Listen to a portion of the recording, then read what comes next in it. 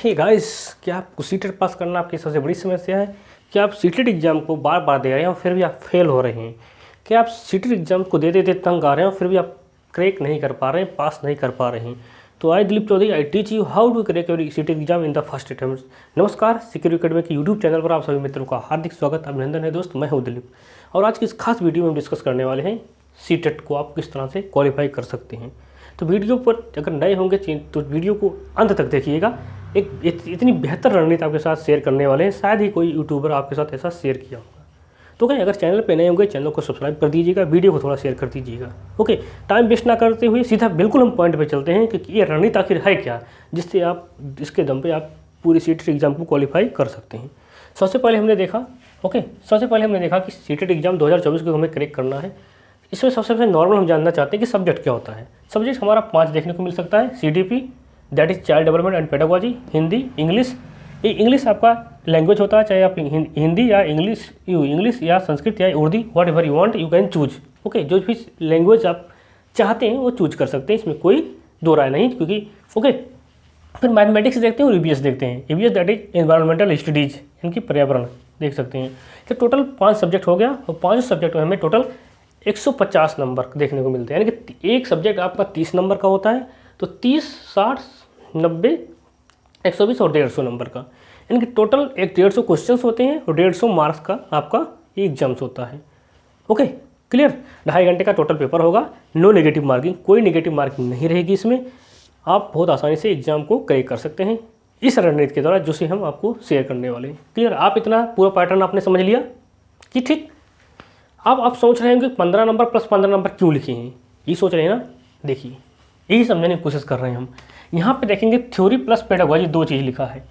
आपको 15 नंबर सब में कॉन्सेप्ट मिल जाएगा, थ्योरी मिल जाएगी।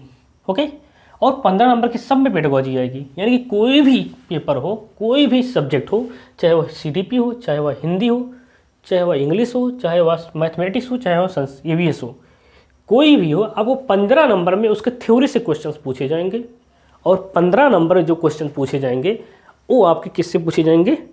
पेडागोजी से पूछे जाएंगे। Is that clear my point?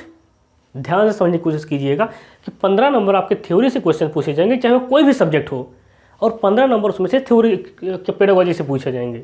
तो टोटल दोनों मिलाकर 15 number pedagogy plus 15 number theory, दोनों मिलाकर 30 नंबर मिलेगा एक सब्जेक्ट में। क्लियर।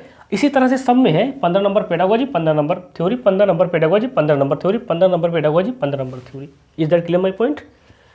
अब हम काउंट करते हैं थ्योरी की 15, 30, 45, 60, 75, 75 नंबर आपको थ्योरी में मिल रहा है, ओके।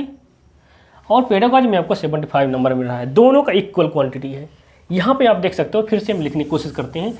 अगर आप सोच रहे हैं, ठीक, तो पूरा जो क्वेश्चन पेपर होता है, क्वेश्चन पेपर कितने का होगा? 150 मार्क का, जिसमें आप देखेंगे, ठीक है, जिसमें आप देखेंगे थ्योरी का 75 थ्योरी और पेडागोजी जो आपको देखने को मिलेगा वो 75, ठीक है। अब आप देखेंगे कि 75 नंबर अकेला पेडागोजी दे रहा है और इसी में 15 नंबर जो CDP है ये पेडागोजी का ही भाग है, और इसमें प्लस 15 आप और जोड़ देंगे तो 90 नंबर आपका आ जाएगा। और 90 नंबर किसी भी कैटेगरी को पास करने के लिए सफिशियंट है।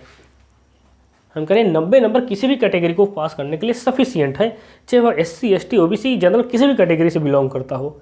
इसी तरह से अगर आप पेडागोजी पर फोकस करेंगे, हमारा कहने का मतलब ये है, अगर आप इस एग्जाम में सिर्फ और सिर्फ पेडागोजी पर फोकस करते हैं तो सिर्फ पेडागोजी के बल पर आप पूरी सीटेट एग्जाम को क्वालिफाई कर सकते हैं। लेकिन हाँ, इसके लिए आपको बेहतर अंडरस्टैंडिंग डेवलप करनी होगी कि पेडागोजी को आखिर हम समझें कैसे।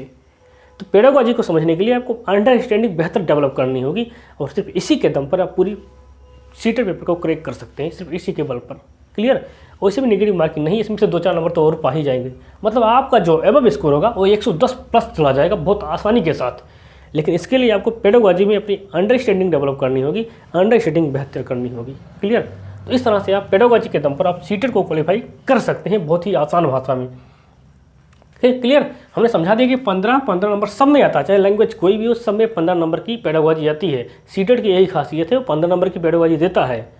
और चाहे लैंग्वेज कोई हो, चाहे CDP हो, हिंदी हो, चाहे इंग्लिश हो, चाहे मैथमेटिक्स हो, चाहे EVS हो, कोई भी सब्जेक्ट हो, सब में कोई 15 नंबर की पेडागोजी आती है और इस पेडागोजी के दम पर आप पूरे एग्ज़ाम को बहुत आसानी के साथ क्लियर कर सकते हैं, क्रैक कर सकते हैं। आई होप आपको समझ में आया होगा और हम बहुत जल्द ही इसके लिए एक नया बैच लॉन्च करने वाले हैं जो कि फ्री ऑफ कॉस्ट होगा, वो यूट्यूब पर होगा। उसमें हम सिखाएंगे कि आप पेडागोजी में किस तरह से अपनी अंडरस्टैंडिंग डेवलप कर सकते हैं। बहुत आसान भाषा में क्वेश्चन पेपर के साथ आपको समझाएंगे कि किस तरह से आप इसमें अच्छी पकड़ मजबूत बना सकते हैं। क्लियर? वैसे हमने भी कई बार सीटेट टेट क्वालिफाई किया है, इसलिए आपको यहाँ पे बता रहे हैं। हम सिर्फ सीटेट में पेडागोजी के दम पर ही एग्ज़ाम को क्रैक कर दिए थे। इसी तरह से आपको समझा रहे हैं, तो बहुत आसानी के साथ आप इस एग्ज़ाम को क्वालिफाई कर सकते हैं। ओके, अगर वीडियो अच्छी लगी हो थोड़ा थम्स अप कर दीजिएगा, शेयर और सब्सक्राइब कर दीजिएगा। ओके, तो आज के लिए बस इतना ही, मिलते हैं आने वाले नेक्स्ट वीडियो में। तब तक के लिए जय हिंद गाइस।